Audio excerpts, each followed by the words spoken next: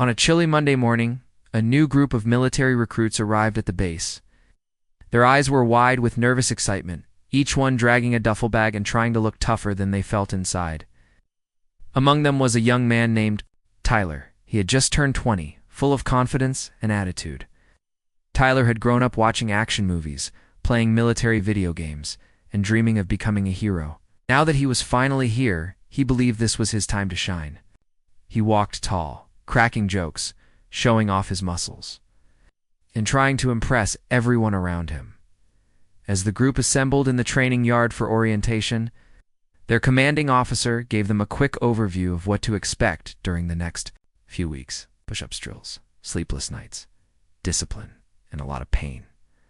Some recruits looked scared. Others were trying hard not to show it. Tyler, of course, stood in the middle, grinning like he was about to go on a vacation instead of military boot camp. While they stood in line, waiting for their name tags and gear, Tyler's eyes wandered. That's when he noticed her. A woman stood off to the side, away from the officers and recruits. She wasn't in a high-ranking officer's uniform, and there were no visible badges or medals on her chest. Her clothes were neat but simple faded, green fatigues with her name barely visible. What caught Tyler's attention more than anything were the scars. They were impossible to miss. One long scar stretched across her left cheek. Fainter ones peeked from her neck and disappeared into her sleeves. She had short-cropped hair and eyes that didn't blink much. She looked calm, serious, and silent. Tyler leaned toward the guy next to him and whispered, "Hey, who's the Scarface over there? Is she lost or just haunting the place?" The guy shrugged uncomfortably, not answering. Tyler chuckled to himself. Maybe she used to be tough, but now she just looks like an extra in a war movie. A few recruits near him smirked, trying not to laugh out loud, but no one joined in fully. There was something about the woman's presence that made them uneasy. Even if they didn't understand why, throughout the day the recruits were introduced to the base layout, the schedule, the mess hall rules, and the physical training routines. The woman was there, always nearby, watching silently. She didn't speak, didn't interfere, but she seemed to be everywhere. When they ran drills on the field, she stood by the sidelines. When they marched from one station to another, she'd appear behind a fence or near a doorway, arms folded, just observing. Tyler began to find it funny. She must be the base's security ghost, he joked loudly one afternoon during lunch. Maybe she checks if we chew too loud.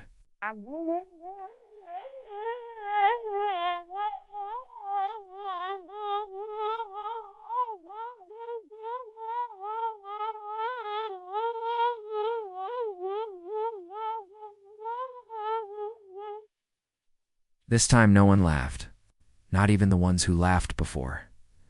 Another recruit, a quiet guy named Rehan, leaned toward Tyler and whispered, "You should stop. I think she's someone important." Tyler scoffed. "Important? She looks like she hasn't been in a real mission in years. Those scars? Probably just scratched herself on a tree branch." Rehan said nothing more, but he didn't sit with Tyler. Again, for lunch. Later that week, the real physical training began. The instructors didn't care about anyone's comfort. They shouted, pushed, and made the recruits do things they had never imagined. Crawling through mud, jumping over walls, carrying heavy packs through rocky trails every day, felt like a war with their own bodies. The woman with the scars still watched. She never smiled, never frowned.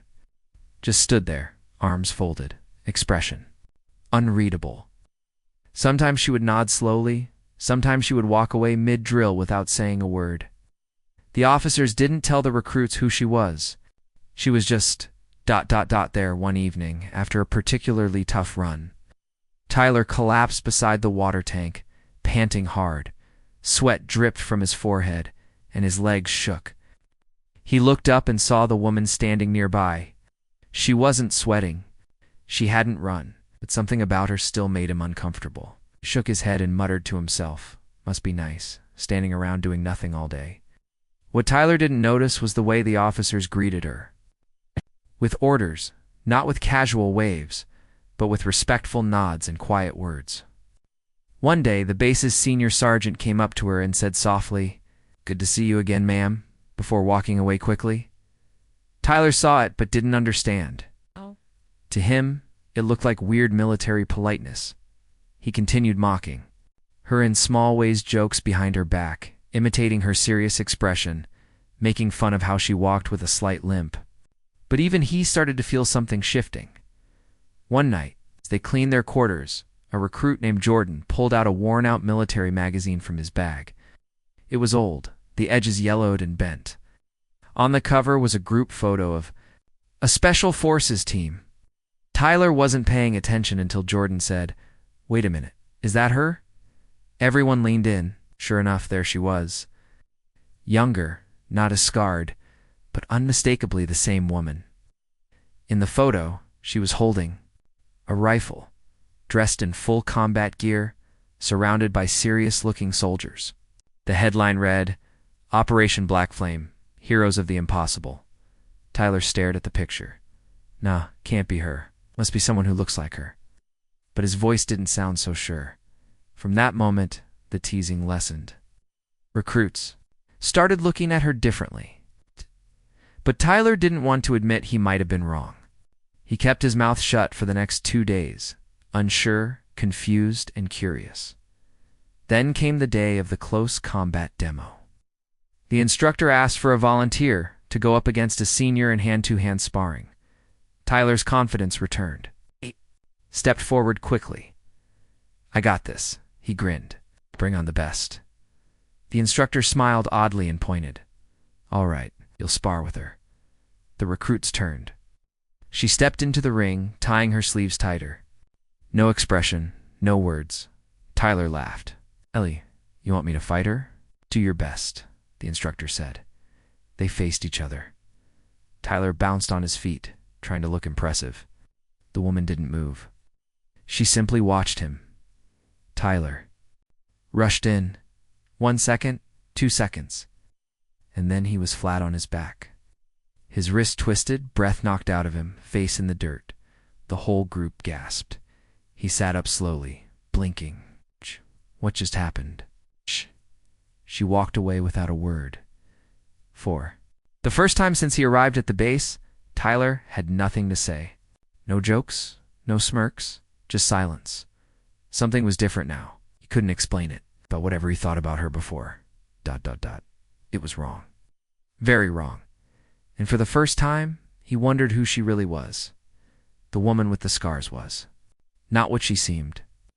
And he had a feeling he was going to find out very soon. Training started becoming tougher with each passing day. The sun felt hotter, the drills got longer, and every recruit's body began to feel the pressure. Blisters, bruises, sore muscles, these became normal. Many of them started questioning why they even joined, but nobody dared to complain too loudly. They knew what they signed up for.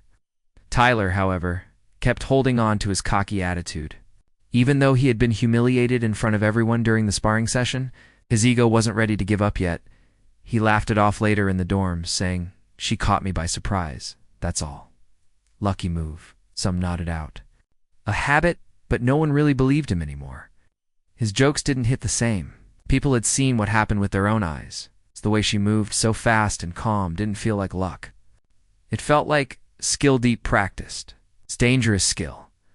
Tyler noticed how his own friends had started treating the scarred woman with more caution. They didn't talk about her much now. Nobody made fun of her anymore. Some of them even nodded. Respectfully when they passed her, though she rarely acknowledged them, she still didn't talk. She still watched from a distance. Something about her presence felt heavier now, more real. During weapons training, while the recruits struggled to assemble and disassemble rifles within the time limit, she stood in the corner, arms folded, just observing.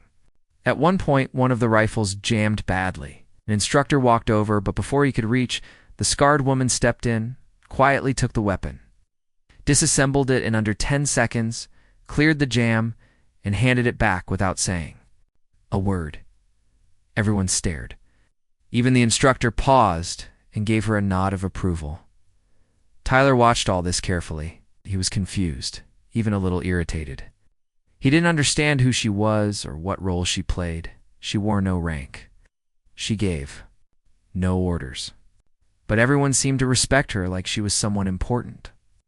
Even the highest-ranking officers didn't speak to her casually. And the weirdest part? She never tried to show off. No speeches, no demands, just silence and action. That night, in the barracks, a small group gathered around Rihan, who had grown up in a military family. Tyler joined the group out of curiosity, pretending he wasn't too interested. "Do you guys know who she is?" Rihan asked, his voice quiet. "My uncle's in logistics. He says she's not just any soldier. She was in Black Ops." Someone raised their eyebrows, like secret missions and stuff. "Yeah, he said she used to go on the kind of missions that don't make the news. Dangerous stuff. Places where most people don't come back from." Tyler scoffed again, but even his voice didn't sound confident. "So what? Now she just watches recruits and walks around like a ghost?" Rihan looked at him. "She almost died in one of those missions. Operation Black Flame. She carried 2 wounded teammates for over 12 miles through enemy territory. Half her face burned. They thought she was dead, but she made it back." The room went silent. Even the ones who usually joked around were quiet. Tyler stared at the floor, chewing on the inside of his cheek. The story sounded unreal. But deep down, something told him it was probably true. The next morning, the recruits were sent to the obstacle course, a brutal stretch of mud pits, rope climbs, wall jumps, and trenches. It was one of the hardest days they had faced so far. By the time they reached the halfway point, many of them were crawling, exhausted. One recruit twisted his ankle badly and had to be carried off by 2 instructors. Tyler tried to push through, but his arms were shaking and his legs burned. At one point, he slipped during the rope climb and landed flat on his back. He lay there for a few seconds, staring up at the sky, breathing hard. Annie saw her. She stood at the edge of the course, still as a statue, just watching. No expression. No words. He rolled over and forced himself to get back up. Later that day, during weapon drills, a sergeant handed out extra gear and asked if anyone wanted to try the advanced targeting challenge. Only a few raised their hands.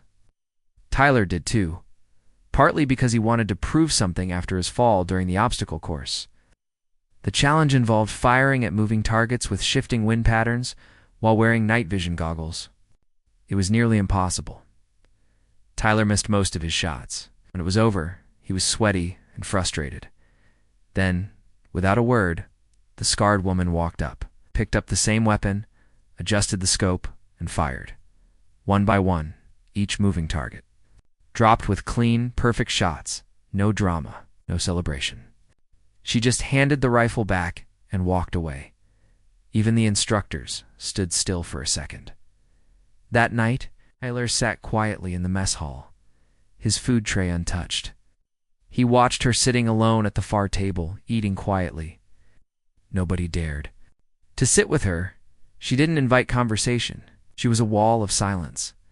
He wondered what kind of life she had lived, what she had seen, what those scars really meant. His thoughts were interrupted when a high-ranking officer entered the hall.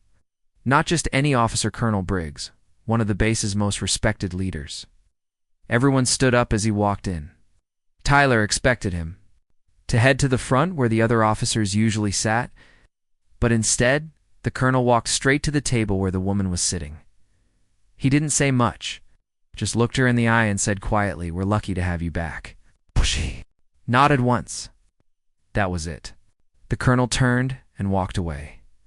The entire mess hall watched in stunned silence. Tyler couldn't take it anymore. That night, back in the dorm, he asked Rihan again, what exactly happened in Operation Black Flame? Rihan looked hesitant. "Most of it's classified. The story goes like this: her team was ambushed deep in enemy territory. They had no backup, no communication. 2 of her teammates were wounded badly. Instead of leaving them, she dragged them through the jungle for days. She got caught in a firebomb, hence the scars. But she kept going. She killed the enemy scouts who followed her and brought the wounded men back alive." Tyler swallowed. "She still serves." Rihan nodded. "She could have retired with honor, but she stayed. She trains others now." Quietly, Tyler couldn't sleep that night. He kept thinking about her, not just the scars, but the silence, the patience, the way she never showed off but somehow always stood taller than anyone else. The next day, training began early again. During morning drills, an instructor asked if anyone wanted to demonstrate a proper takedown move. Tyler raised his hand. He asked if she could do it again. "I want to see how she did that move on me," he said quietly. Everyone turned to look. The instructor raised his eyebrows but nodded. She stepped into the ring again. This time Tyler didn't rush. He tried to stay calm. They circled each other. He moved first, but slower, more controlled. She watched. Then, in one smooth movement, she grabbed his arm, twisted him around, and gently brought him to the ground. Not rough, not fast. Just precise. She offered him a hand to stand up. Tyler took it, and for the first time, he looked her in the eyes and said, "Thank you." She nodded once and stepped back. That day, something changed. Tyler didn't mock anyone after that. He stopped talking big and started listening. He watched her closely, not to laugh, but to learn. He realized there was a kind of strength that didn't need noise, a kind of power that didn't need applause. And the woman with the scars. She wasn't just a ghost of the past. She was the quiet storm standing right in front of them. The next few days passed in a strange silence. Nobody dared to talk about her openly anymore, not even Tyler. The atmosphere in the camp had shifted. That woman, the one they used to joke about, the one with scars and a limp, had become something else entirely. No one knew exactly what to call her. She was still quiet. She still didn't wear any badges or rank. She didn't give speeches, but now every step she took was noticed. Every move she made was watched with curiosity and, more than that, with quiet respect. Tyler had changed too. He wasn't the loudest in the group anymore. He still trained hard, but now he was more serious, more focused. His jokes had disappeared, replaced with thoughtfulness. He started waking up before the alarm. He ran extra laps without being asked. And most of all, he began to pay attention, not just to the instructors, but to her. One evening, after a long day of physical training, the recruits were allowed to relax in the mess hall. The usual chatter returned, but it wasn't like before. Tyler found himself sitting beside Rayhan, who had a thick old book in his hand, something about military legends and missions. Tyler pointed to it and asked, "You always read stuff like this?" Rayhan nodded. "Yeah, my dad was in the army. Used to say history teaches the lessons that shouting never can." Tyler didn't reply right away. He was thinking about her again. Then he asked, "Do you think she's in that book?" Raised an eyebrow. "No, her story's not in public books. It was too secret, but some officers still talk about her. Quietly, like a myth that's actually real." Tyler leaned forward. "Tell me everything you know." Rayhan paused, then began. They called her Phantom Viper. That was her call sign. Not many people know that now, but it's whispered around. "Phantom Viper?" Tyler repeated. "That sounds... intense," was Rayhan replied. "She was part of a unit that didn't officially exist. Black Ops team. They went where no one else would go. No uniforms, no identification. If they got caught, they were disavowed. No rescue." Tyler's face grew serious. "An operation. Black Flame... that's where the scars came from, right?" Rayhan nodded. It was deep in enemy territory. Her team was ambushed. But she made it back, alone, carried 2 soldiers who were near death. Fought through jungle, mines, enemy traps. Half her body was burned in an airstrike, but she didn't stop. Tyler was silent for a while. Then he asked, "Why doesn't she wear medals? Or a proper rank?" Rayhan gave a small smile. "Because she doesn't care. She doesn't need to prove anything. The people who know her story already respect her. And the people who don't, well, they usually find out." Tyler nodded slowly, starting to understand now. This wasn't just some background staff member or retired soldier hanging around. It was a living legend, hidden in plain sight. Over the next week, the recruits began a new phase of their training: combat simulations. These were fake mission scenarios, but they were designed to feel real. Each team had to plan, move through enemy lines, and achieve objectives without being killed. It was a test of teamwork, discipline, and decision-making under pressure. Tyler's group was chosen for the night mission, a pretend hostage rescue in a forest zone outside the base. They were given maps, fake weapons, radios, and very little time to prepare as they gathered near the edge of the training zone. The instructors gave last-minute instructions, and then she arrived. No one expected it, but there she was, dressed in black, standing beside the lead instructor. "She'll be joining the simulation," the instructor announced. "She's not on your side. She's the enemy. Good luck." A few recruits exchanged worried glances. Tyler's heart pounded. They started the mission, moving quietly through the woods. The moonlight barely touched the ground. Tyler was in the middle, scanning the trees, trying to remember everything they were taught. Rahan was behind him, whispering directions. Then, out of nowhere, 2 of their teammates were killed, tagged by a paintball round to the chest. No one saw who fired. "It happened too fast." "She's here," Rahan whispered. They crouched low. Tyler tried to keep calm. He looked around, trying to predict her next move. But she was invisible, a shadow in the dark. One by one, their team started falling. Each one silently marked as dead and removed from the simulation. Tyler and Rahan were the last 2. They reached the fake hostage area, only to find the target missing.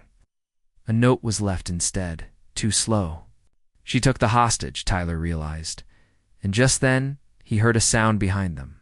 They turned, and she was there, face covered, eyes focused, gun raised.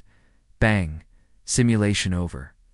Back at the base, the recruits were silent. Their faces said, it all shocked defeat and a strange kind of admiration. The instructor smiled. "You were outclassed, but don't be ashamed." She used to do this for real.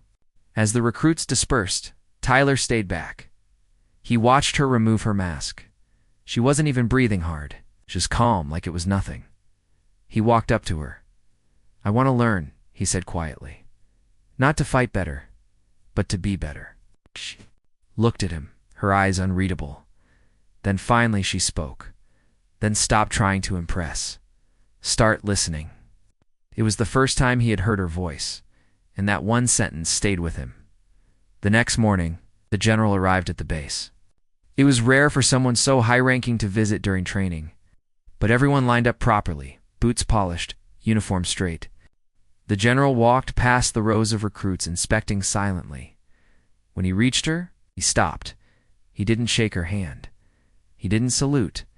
He looked at her with a kind of respect that words couldn't describe, and then he said, loud enough, "For everyone to hear, Phantom Viper, it's good to see you again."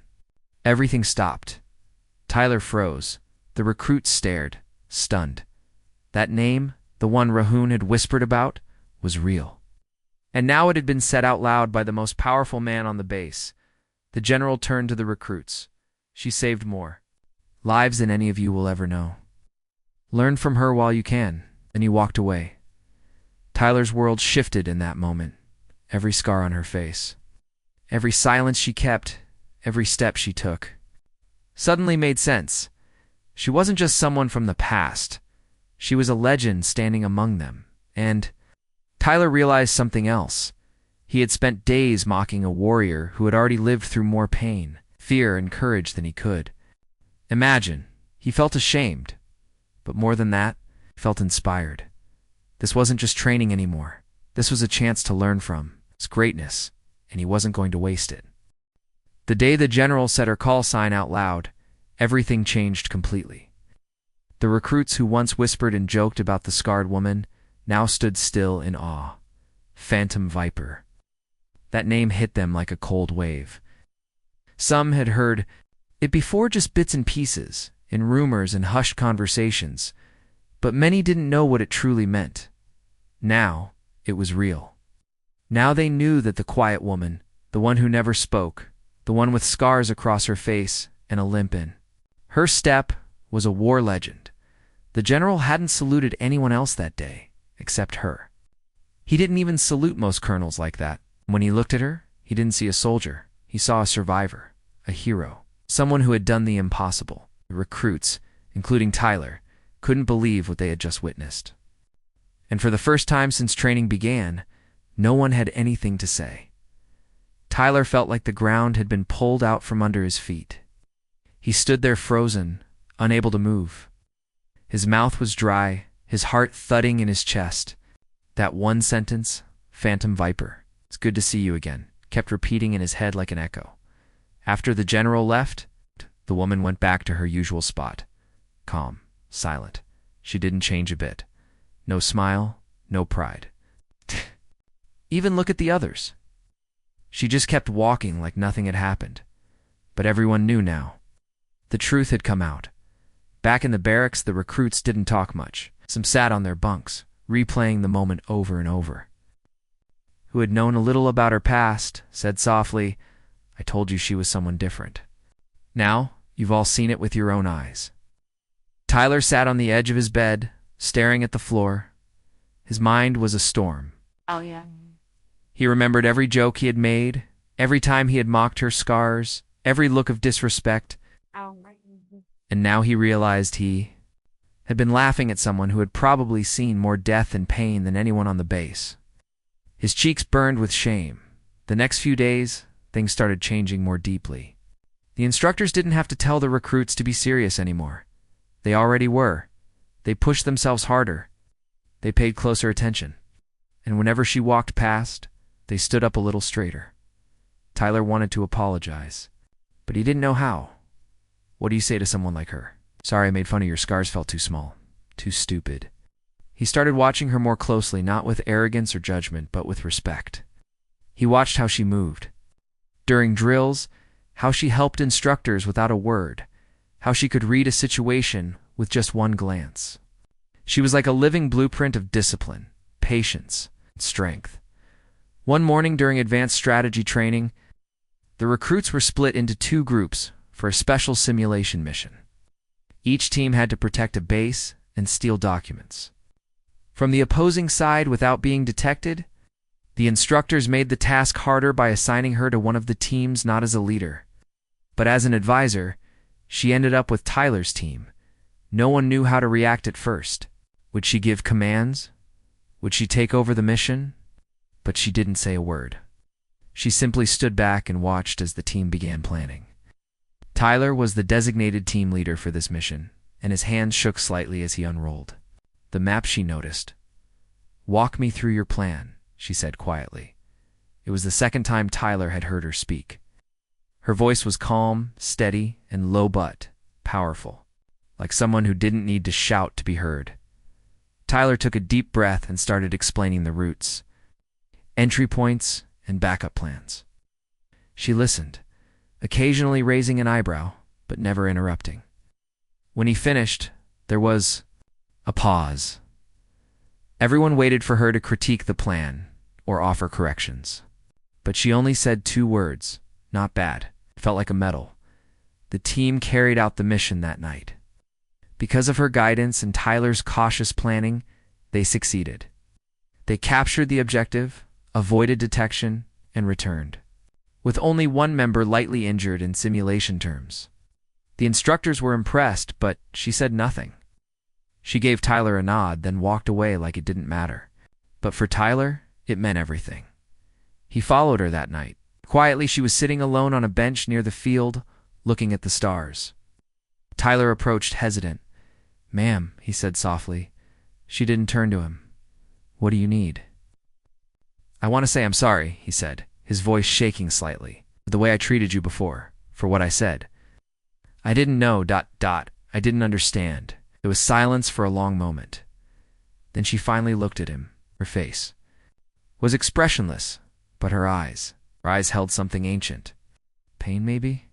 Or understanding. You saw scars," she said, "and you assumed weakness. That's what most people do." Tyler lowered his eyes. "But scars are proof we survived," she continued. "And sometimes surviving is the hardest thing." He nodded. "I know that now, and I want to be better." She studied him for a moment, then stopped trying to be seen. Start trying to serve. With that, she stood up and walked away, leaving Tyler standing alone. Those words stayed in his heart. More than any training lesson or punishment drill, they taught him something real. From that day on, Tyler changed completely. He stopped trying to lead just to impress, stopped talking just to be heard, became quieter, more thoughtful, more focused on teamwork and discipline. Others noticed. Even the instructors. One day during rifle drills, the instructor announced that a new shooting range test was being adopted. Timed accuracy challenge that very few soldiers could pass. Most recruits hesitated. Tyler stepped forward first. He completed the test with near-perfect accuracy. As he stepped away, he saw her standing by the edge of the field. She gave him the smallest nod. That one gesture meant more to him than any applause. The respect he had been trying to earn through noise, he was now earning through silence.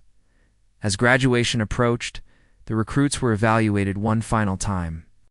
Physical fitness, weapon handling, strategy, leadership all scored carefully.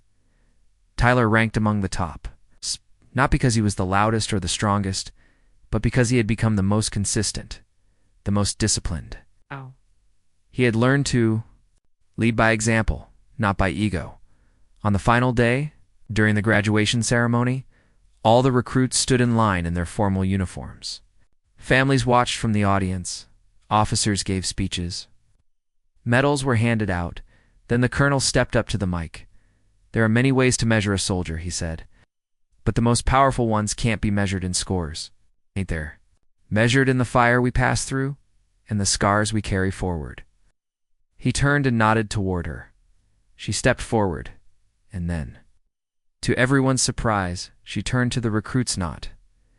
The officer Zahn said her first public words, "You've been trained for combat. You've been trained to follow orders. But real strength comes when no one's watching. When you choose to do the right thing without a command. That's what separates a soldier from a warrior." Then she turned to Tyler. "Some of you have grown.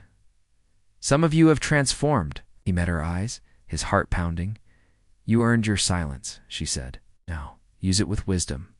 And just like that, she stepped back. The audience didn't know who she was, but the recruits did. And for them, that was enough.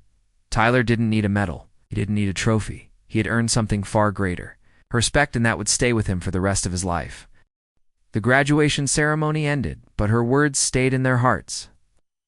Even after the crowd had left, and the recruits were given time to relax and celebrate, the memory of her quiet voice lingered.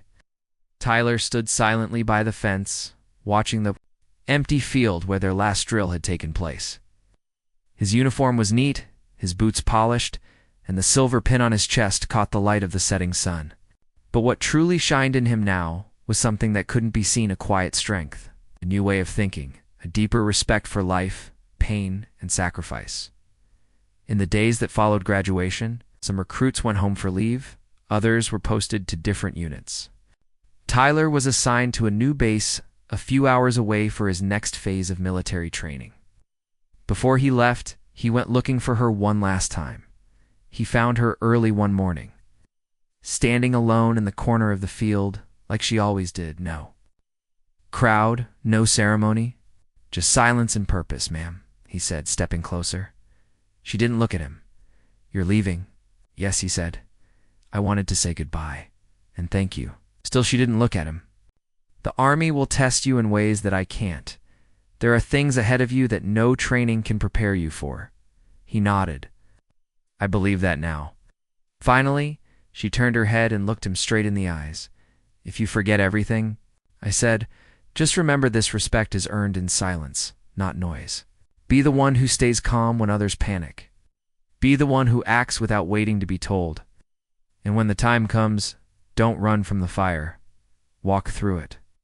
Her words weren't loud, but they burned into his mind. He would never forget them. "Thank you," Tyler said again. She gave him the smallest nod. Then, just like always, she walked away without looking back.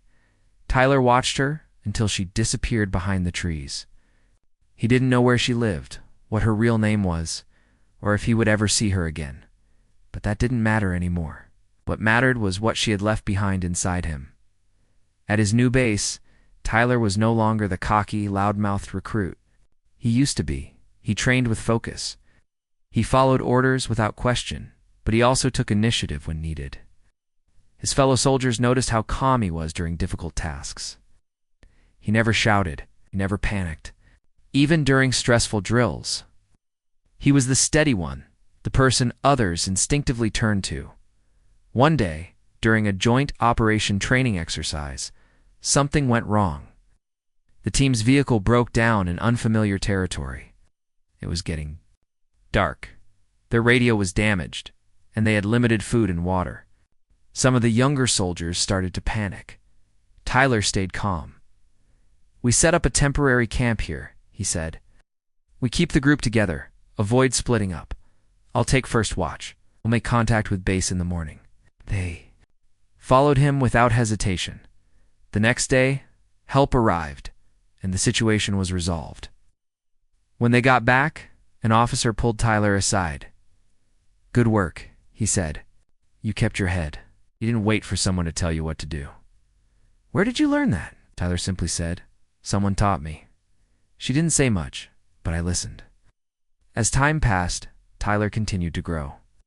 He completed his advanced training and was eventually assigned to an active unit. His name began to appear on reports not as the star or the hero, but as the dependable one, the one who made smart choices, the one who was always there when it mattered most.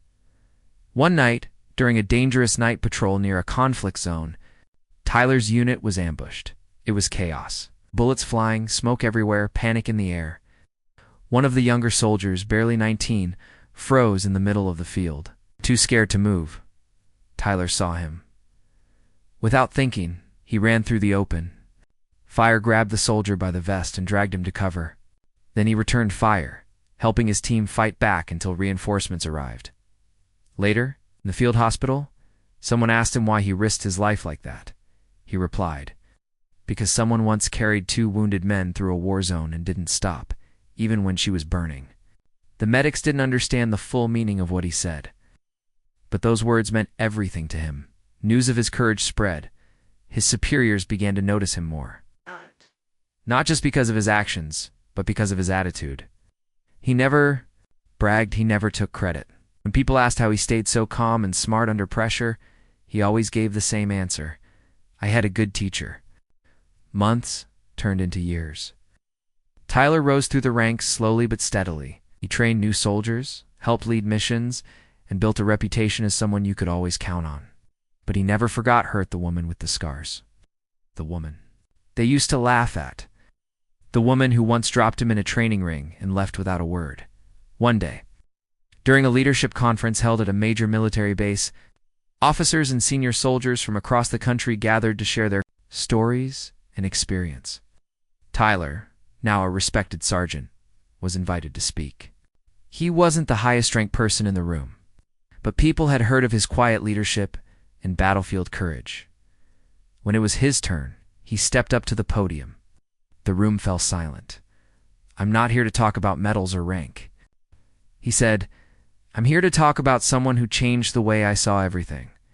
He told them the story of his training, of the woman with scars, of the jokes he used to make, of the moment the general said her name, Phantom, Viper. He spoke of the lessons she taught without ever raising her voice, and then he said, "Most of what I know about leadership, I learned by watching her. I never knew her real name. Carry her teachings every day." When he finished, the room was quiet. Not because they didn't know what to say, but because they knew exactly what he meant. After the speech, an older officer approached him. "You said you never knew her name?" The man said. Tyler nodded. "No, she never told us." The officer smiled. "Her name was Captain Alara Jennings. She passed away 2 months ago from cancer. She kept it quiet, just like everything else in her life." Tyler felt a heaviness in his chest. She lived alone. The officer continued. "Refused awards, refused attention. But she followed every graduation. She kept track of her recruits. I think she would have been proud of what you said today." Tyler couldn't speak. He just nodded, holding back the storm of emotions inside him that night. He stood alone outside the base, looking up at the stars. Just like she had done years ago, he remembered her words again. Be the one who acts without waiting to be told. Respect is earned in silence. Don't run from the fire. Walk through it. He whispered her name to the wind. Captain Alara Jennings, Phantom Viper. From that moment on, he carried her legacy not just in his actions, but in the way he taught others. In the way he stayed calm in chaos. In the way he respected the quiet fighters, the ones who didn't talk much but carried the world on their backs. He became her echo, and whenever someone asked him how he became the kind of leader people could trust, he'd simply smile and say, I used to laugh at her scars, until I learned who she was. Then I never laughed again. And in that way, her story never ended. It continued through him, and through every soldier he trained after that.